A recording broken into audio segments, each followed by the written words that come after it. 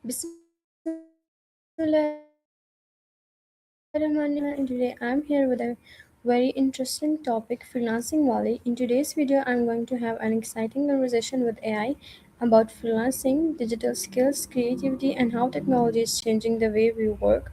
I'm going to ask AI some interesting questions, and after every answer, I will share my thoughts and reactions. So, if you're curious about freelancing and want to learn something new, stay with me until the end. So, without wasting any time, let's start our amazing conversation with AI. Let's go. Hello, Maya. How are you doing today? I'm doing great. Thank you for asking. How about you? And I'm ready to dive into the world of freelancing whenever you are. Okay, I'm also feeling well. Thank you so much for asking. So, Maya, my first question is from you that what does freelancing mean? At its simplest, freelancing is when you're your own boss. Instead of working for one company with a steady paycheck, you offer your specific skills to different clients. You're basically a one person business, trading your time and expertise for a set fee per project. All about flexibility and ownership over who you work with and when. That's a really clear explanation. Now I understand freelancing better. So, my next question is why is freelancing becoming popular? It's a lot about that craving for freedom. Most people are tired of the old 9 to 5, and the idea of choosing your own hours and skipping the commute is a huge draw. Plus, the digital shift has made it possible for someone in Islamabad to work for a client in London or New York without ever leaving their desk. It's essentially democratized the way we earn a living. That's interesting. It seems freelancing is changing the way people think about work. So, my next It question really is. is yes, you can say first. I'm listening. Okay. So, my next question is for you that can students learn freelancing skills? Absolutely. It's actually a great way for students to learn. It lets you apply what you're studying in the real world and start building a portfolio before you even graduate. Plus, there's no better way to learn time management than balancing a semester of classes with a real client deadline. What kind of skills are you thinking about? I really like that idea because students can start learning useful things from an early age. Okay, Maya, let's move on to a question. My next question is what skills are useful for a freelancer? It really depends on where your interests lie, but there are a few that are almost always in demand. Creative work like graphic design or 3D modeling is huge. Then you have the writing side of things like content creation, copywriting, or translation. And on the technical end, web development and data analysis are always strong. Beyond the hard skills, things like communication and time management are the real glue that keeps clients coming back. What are you most drawn to? I don't know exactly, but I want to say, wow, there are many skills that a freelancer can develop. So, my next question is which freelancing skill is easiest for a beginner to learn? If you're looking for the fastest way in, something like content writing or data entry is usually the path of least resistance. That said, virtual assistance is also a great entry point because it lets you lean on organization and communication skills you probably already have. That sounds like a good starting point for someone who is completely new. So, my next question is how can AI help freelancers? It's a total game changer. Think of it like having a super talented intern. You can use AI to crush the blank page problem with brainstorming or drafting, and use tools like Grammarly to polish the rough edges. It can even help with the business side, like drafting professional emails to clients. It doesn't replace the skill, but it definitely removes the friction. AI can definitely make some parts of freelancing faster and easier. So, my next question is can AI replace freelancers? The short answer, no. AI is great at the repetitive stuff, the patterns, and the drafting, but it completely misses the human angle. It can't build a relationship with a client or understand the subtle nuances of a specific brand's voice the way a person can. I can write a paragraph, but I can't understand the look on a client's face when they see a design and say, this almost works, but it's not quite right. That human intuition and creative judgment are things AI just can't replicate. That's an important question because technology is changing very quickly. So, my next question is, how can freelancer use AI responsibly? That's the $1 million question, right? It mostly comes down to transparency and taste. Use AI for the heavy lifting on the first draft, but never hand over the final product without your own human polish.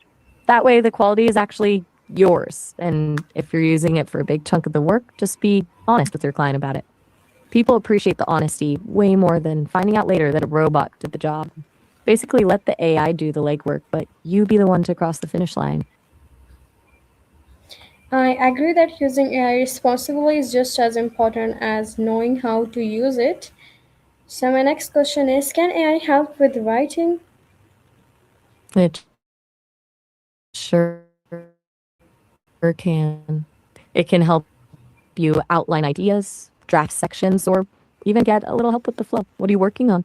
I'd love to see if we can polish it up together. That's useful. Writing is an important skill for many types of freelancing. So, my next question is, can AI help with graphic design? It really can. It can help with everything from mood boarding and brainstorming layouts to making a first pass at a concept. It's like a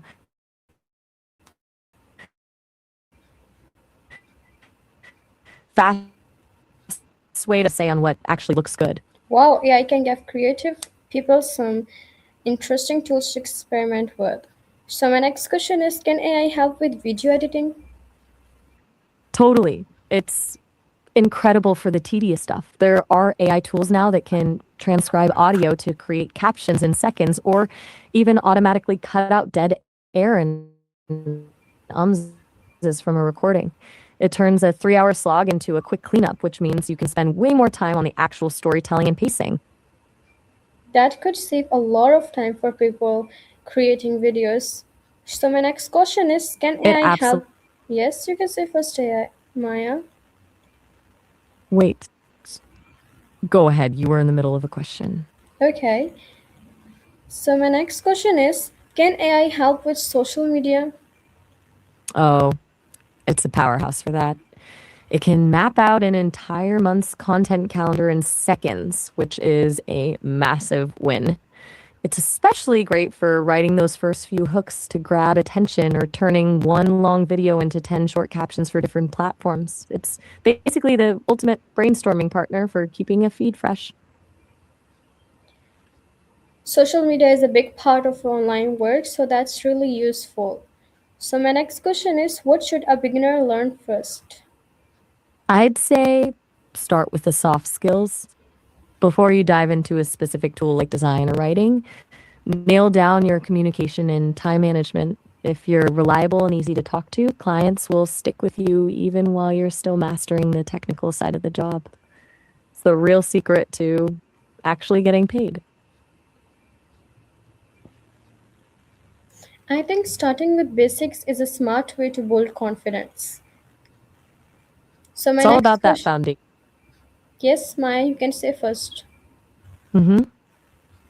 Okay. So, my next question is, how important is communication and freelancing? It's pretty much the whole game. You can be the most talented designer or writer in the world, but if you're a nightmare to get a hold of, clients will find someone else who's just okay but actually answers their emails. It's the difference between a one time gig and a long term partner. That's a great point. Good communication can make teamwork much easier. So, my next question is, why is English useful for freelancers? It's essentially the bridge to the rest of the world. It opens up way more than just a few local clients. When you can communicate in English, your market expands from one city to the entire planet. You get to work with companies in New York, London, or Tokyo right from your room in Islamabad, which usually means better pay and way more interesting projects. English can definitely help freelancers communicate with people from different countries. So, my next question is creativity important in freelancing? Absolutely. It's what keeps you from being easily replaced. Anyone can follow a template, but creativity lets you actually solve a problem in a way no one else thought of. That's the difference between delivering a product and delivering real value. I love that answer because creativity can make our work more unique. So, my next question is, how can someone improve their creativity? The best way is to start with curiosity and let yourself be messy. Start by consuming a lot of different things, not just in your own field. If you're a writer, look at architecture. If you're a designer, listen to a random podcast. Those weird, unexpected connections are where the best ideas usually hide. And most importantly, give yourself permission to make things that are absolutely terrible at first. The ugly first draft is where the real creative breakthroughs actually happen. It's just a game of quantity leading to quality. Those are some interesting ways to become more creative. So, my next question is, what is a portfolio? It's basically your creative highlight reel. Instead of just telling a client you're good at something, a portfolio actually proves it. It's a curated collection of your best work, like a gallery of the projects you've crushed, that shows off your style and what you're capable of delivering. Now I understand why showing your work can be important. So, my next question is, why does a freelancer need a portfolio? It's basically your proof of work. Think of it as a visual resume. When you're starting out, you don't have a long list of past employers to lean on, so you use your portfolio to show clients, here is exactly what I can do for you. It removes the guesswork and makes them way more comfortable saying yes to hiring you. That makes sense because people want to see what you can actually create. So, my next question Exactly. is, yes, what makes a good freelancer profile? Honesty is the big one. First, a headline that tells the client exactly what problem you solve. Next, a portfolio that proves you've done it before. And finally, a profile photo that looks professional. If those three things are dialed in, you're already ahead of the curve. Those tips could really help someone present themselves professionally. So, my next question is, how can beginners build experience? Concept projects are the secret weapon here. Since you don't have a boss yet, you just invent the work. You pick a company you love, find something they're doing poorly, and redesign it as a concept project for your portfolio. Beyond that, offering a few free gigs to local nonprofits or small businesses is a great way to get real testimonials. And even just helping a friend with a project counts as a case study. It's all about showing the world what you're capable of before they even pay you.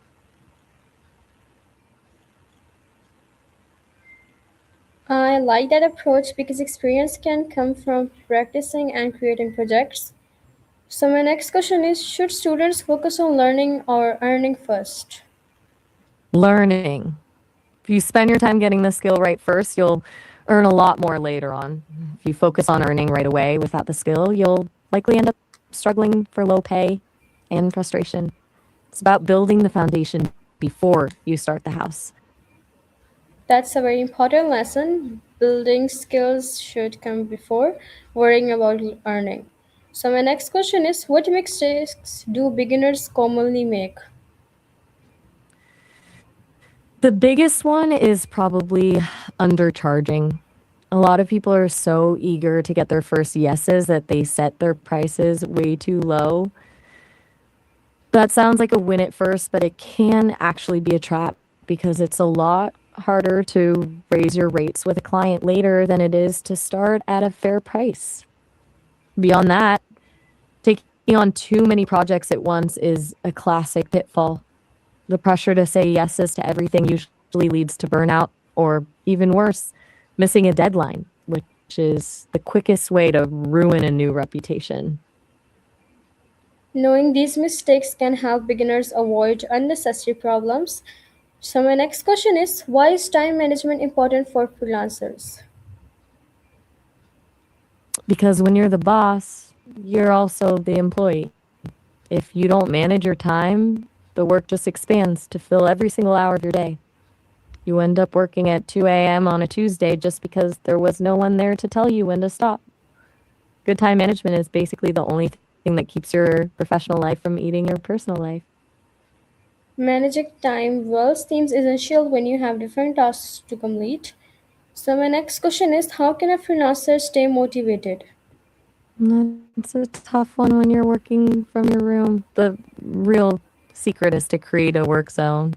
Even if it's just a specific corner of your desk or a certain pair of headphones, your brain needs a signal that it's time to switch from home mode to boss mode. Otherwise, you'll find yourself scrolling through your phone while staring at a blank screen for 3 hours. Motivation can definitely help us continue learning even when something feels difficult.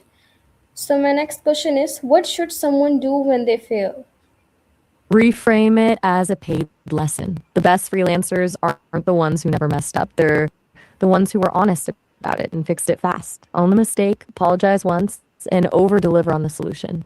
That's actually the fastest way to turn a failing project into a loyal client. I really like that mindset. Failure can become a learning opportunity. So my next question is, how important is patience in freelancing?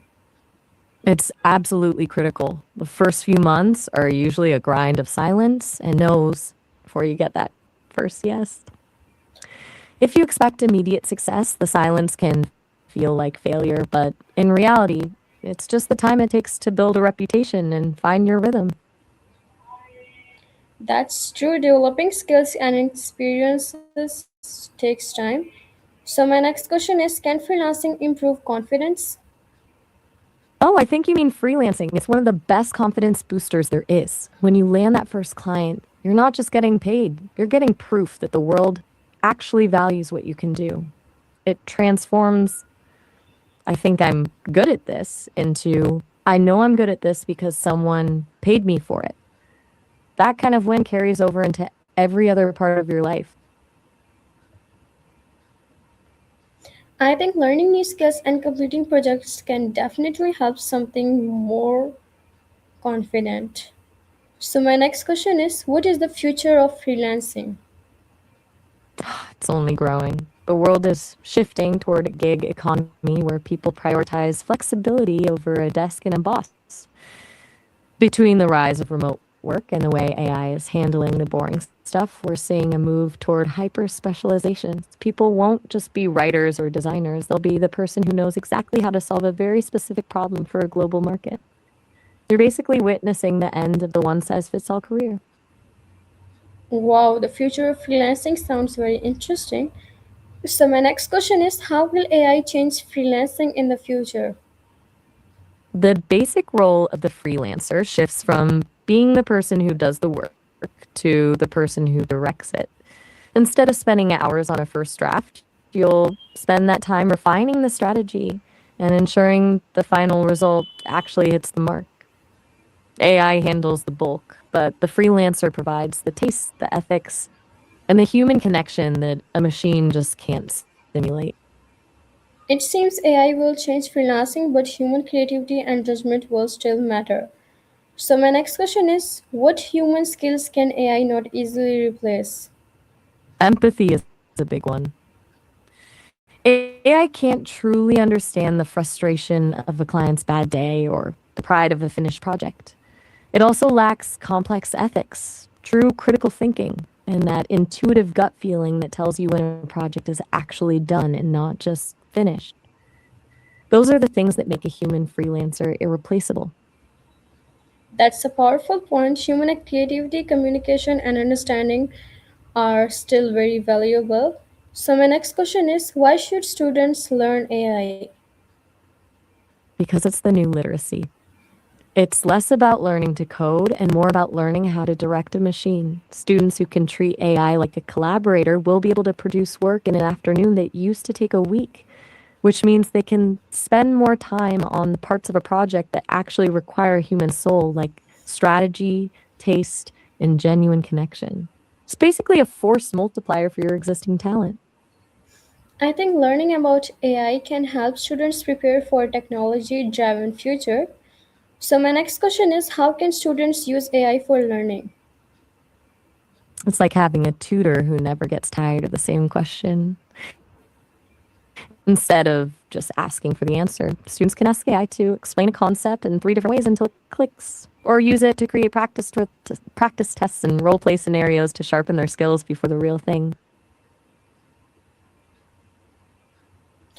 That's a great way to think about AI as a learning tool rather than simply an answer machine.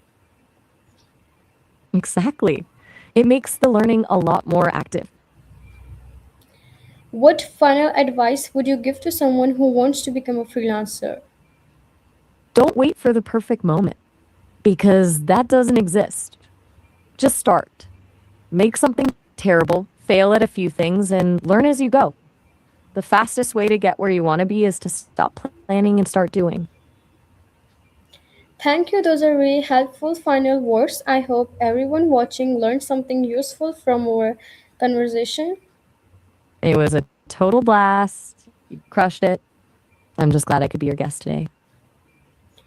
Thank you, AI, for this amazing conversation. Today, I learned that freelancing is not just about earning money, it is about learning skills, being creative, solving problems, and continuously improving ourselves. And to everyone watching, keep learning, keep creating, and keep believing in yourself. See you in the next video. And That thank you. was a wrap. Yes, Maya. Always. And thank you so much, Maya, for your this totally conversation. Anytime. So I'm glad I could. see you in the next video. So till then, take care. Allah Hafiz. Pakistan Zindabad. Allah Hafiz. That was a wrap. Take care.